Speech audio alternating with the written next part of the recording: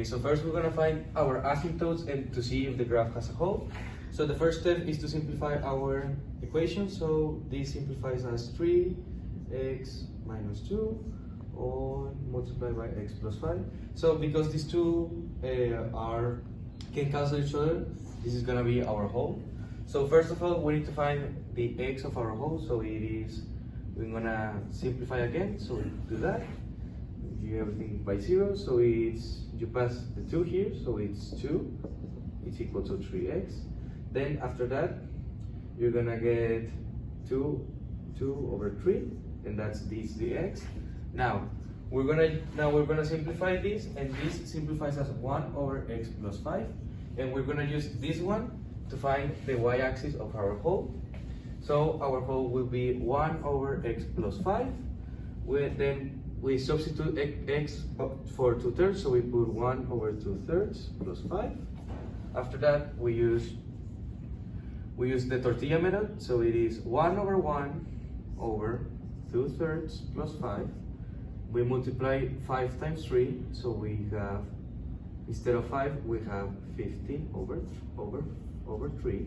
So we got 1 over 1 over 2/3 plus 15 over 3.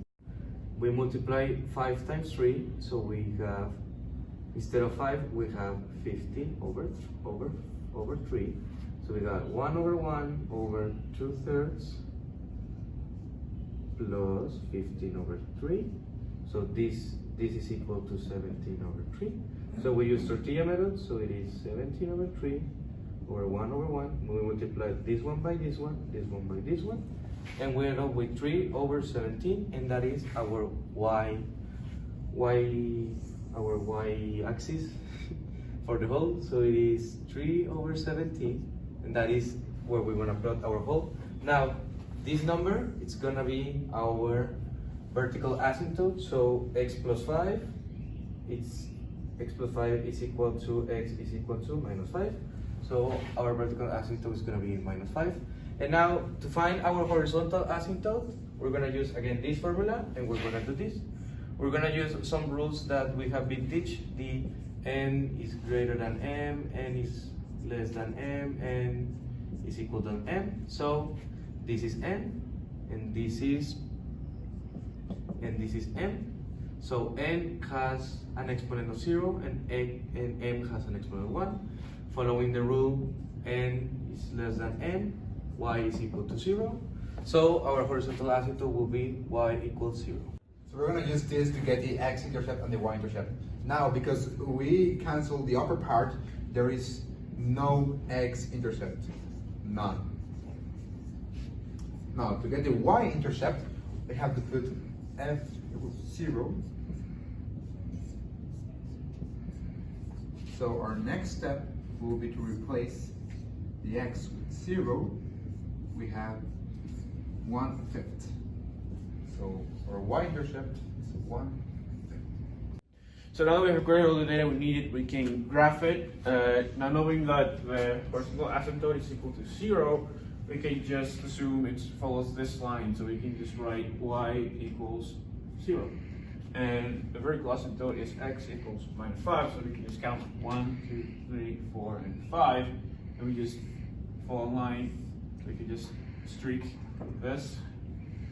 The hole is 2/3 with 3 over 17. So we can just assume it is somewhere around here as an x and y over here. Okay. Now the x-intercept, since n is a higher value than m, there is no x-intercept. So let's move on to the y-intercept, which is 0, 1/5. So you just follow this, and we can just assume it would be somewhere around here. Now let's just find a couple more points so we can correctly graph a line. So let's move with let's go with -4 and -3. So over here we have the formula, and let's just replace x with -4. So it's -4 plus 5. So that's gonna give us 1 over 1, which is 1, and -3, let's do this one, it's 1 over my here. Okay. Now the x-intercept, since n is a higher value than m, there is no x-intercept. So let's move on to the y-intercept, which is 0, 1/5. So you just follow this, and we can just assume it would be somewhere around here. Now let's just find a couple more points so we can correctly graph a line. So let's move with let's go with -4 and -3. So we're here we have the formula, and let's just replace x with -4. So it's -4 plus 5. So that's gonna give us 1 over 1, which is 1. And -3, let's do this one. It's 1 over -3 plus 5, which gives us 1 over 2, or 0.5. And let's just write this over here. And let's quickly graph it. -4, x -4, 1, 2, 3, 4, and 1. It will be placed over here. There we go. And -3 with 0.5. It's over here, and we can just place it here in the middle. Now that we have points, we can just graph it like this. There you go. Okay, so the last thing there is to get is the domain and the range of the graph. Okay, so getting the domain and the range of the graph, this is a little representation of the graph. So it's going to be very easy because we already have the horizontal and the vertical asymptote. Okay, so first with the domain, we're going to go here in the graph. We see that it's reflected here.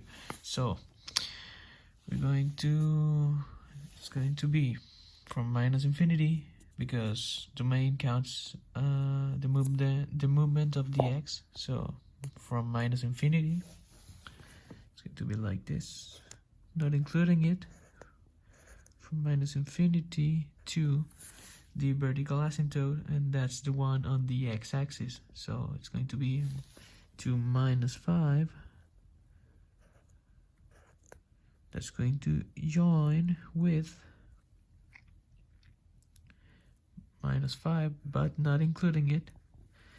And that's going to go until the hole, and the hole is located on the 2/3, and 2/3 is 0.6. So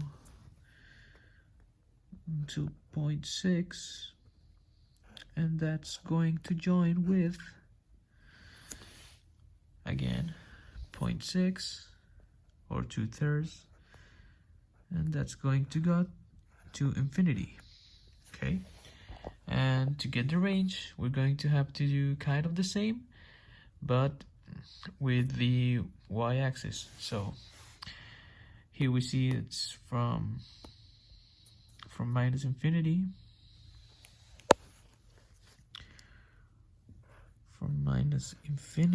to the horizontal asymptote, and that's the one on the y-axis. So it's going to be to 0, and that's going to join with the whole.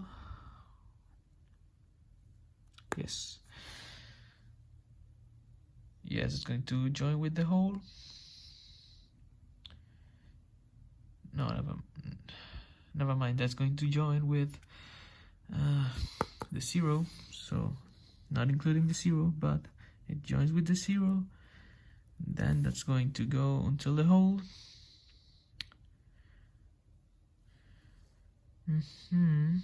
So it's going to be 3/17. That's 0.17.